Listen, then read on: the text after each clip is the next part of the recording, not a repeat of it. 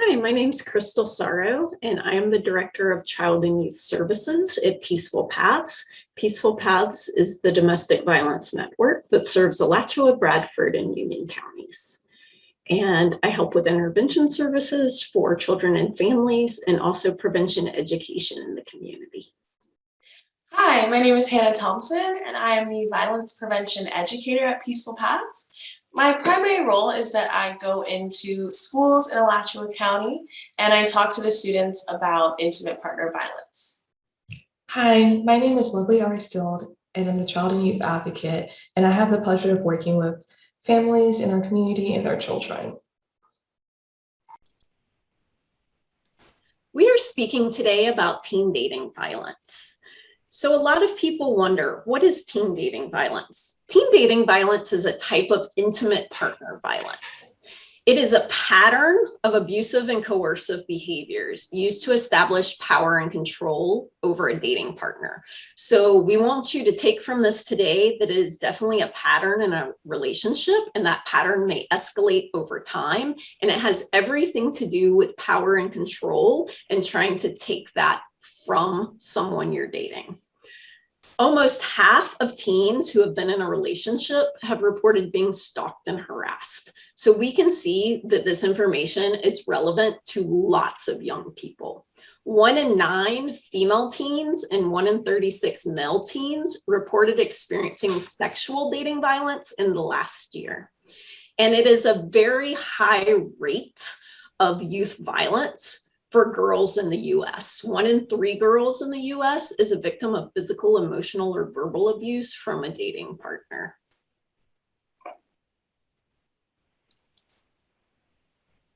So this is the power and control wheel, and you can think of it kind of like a pie. So on the crust, you have physical and sexual violence, and sometimes that's all people think of when they think of dating violence. But what we want you to know is that all these things in the middle making up this pie are also dating violence, and maybe the red flags that you see in a relationship. So it could be peer pressure, pressuring someone to look or dress or act a certain way, threatening to tell rumors about them, threatening to lie about them. It can be a lot of forms of emotional abuse. So putting someone down, someone who makes you feel guilty for things that aren't your fault or things you care about. It can be calling you names or using really destructive language towards you or humiliating you in front of your friends or your family. It can be about isolation. So they might delete contacts from your phone or block people. It may be stopping you from joining a club or going to practice or doing things that you really enjoy with your friends and using guilt as a reason for why they're saying that. It can be sexual coercion or pressure. So making you feel bad about what you want to do or don't want to do with your body. It can be manipulating you or making threats when it comes to those things. It can be using technology. So demanding your password, saying if you don't have anything to hide, you would let them look through your phone. It could be monitoring your social media and then making comments on who's friended you or who's commenting on your pictures. A lot of times it has to do with minimizing, denial, and blame. So it can make light of the abuse. You're blowing things out of proportion. I'm not acting that way. It can be denying they've done anything wrong or not willing to own up to mistakes in the relationship. And it can be putting the blame on the other person. So projecting that. It can be intimidation and threats. So threatening to hurt their partner, threatening to commit suicide. It can be pressuring someone into doing illegal activities or to come along with them while they're doing illegal activities or underage drinking.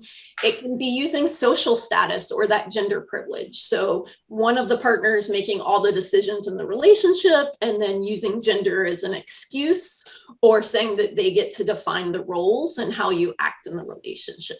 So these are all red flag behaviors and important things to look for because all of these can be used to exert power and control over another person in a relationship.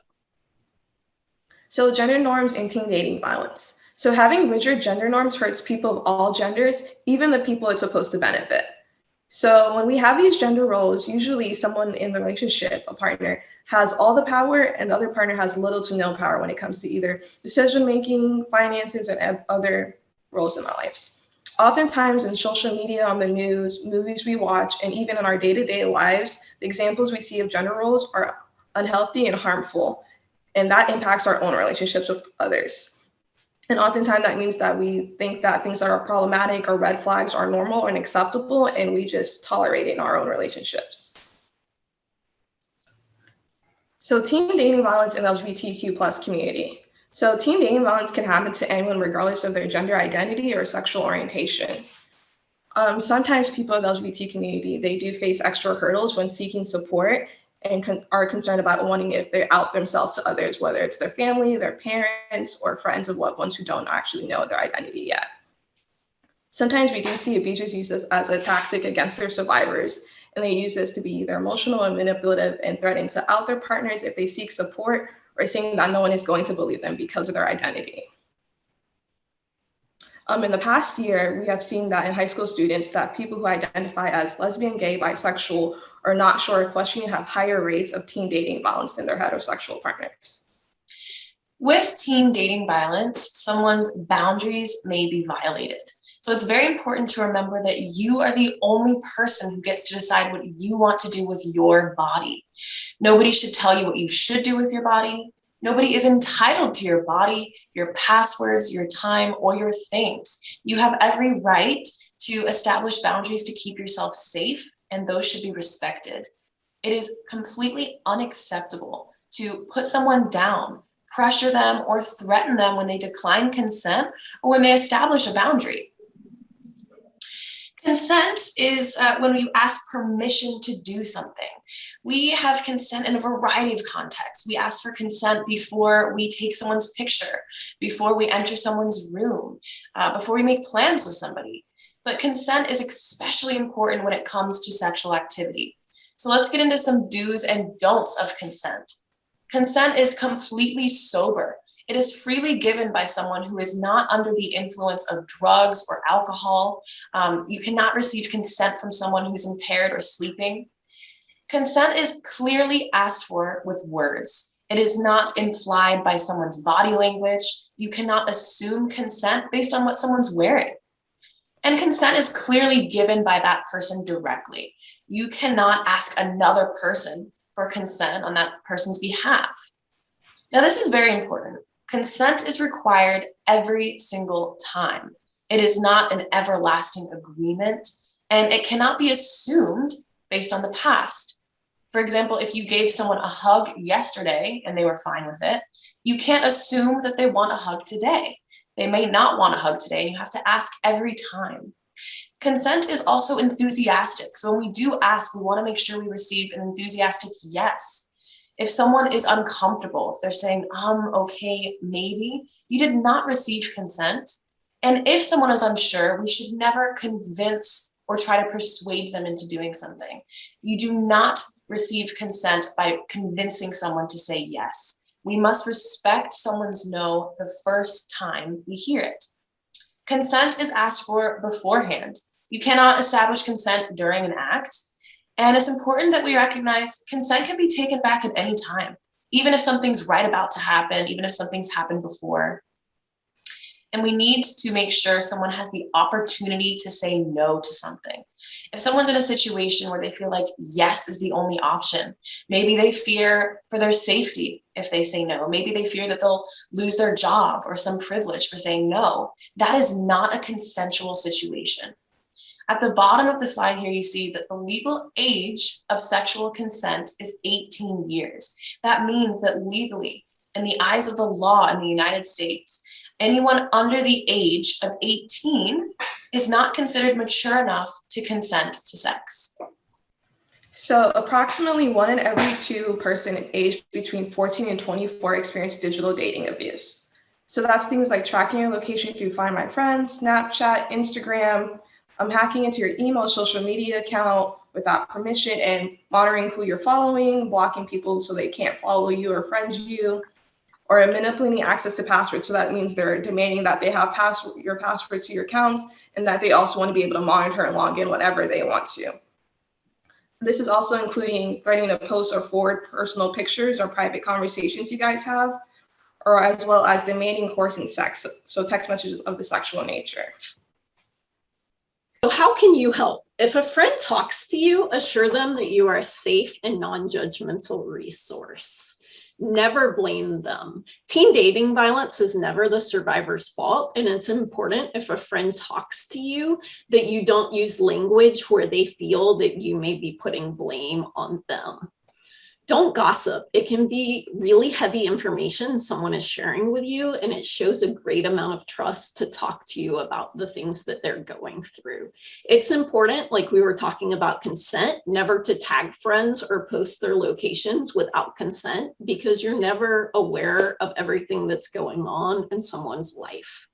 If a friend talks to you about teen dating violence, ask if they have a trusted adult that they can speak with.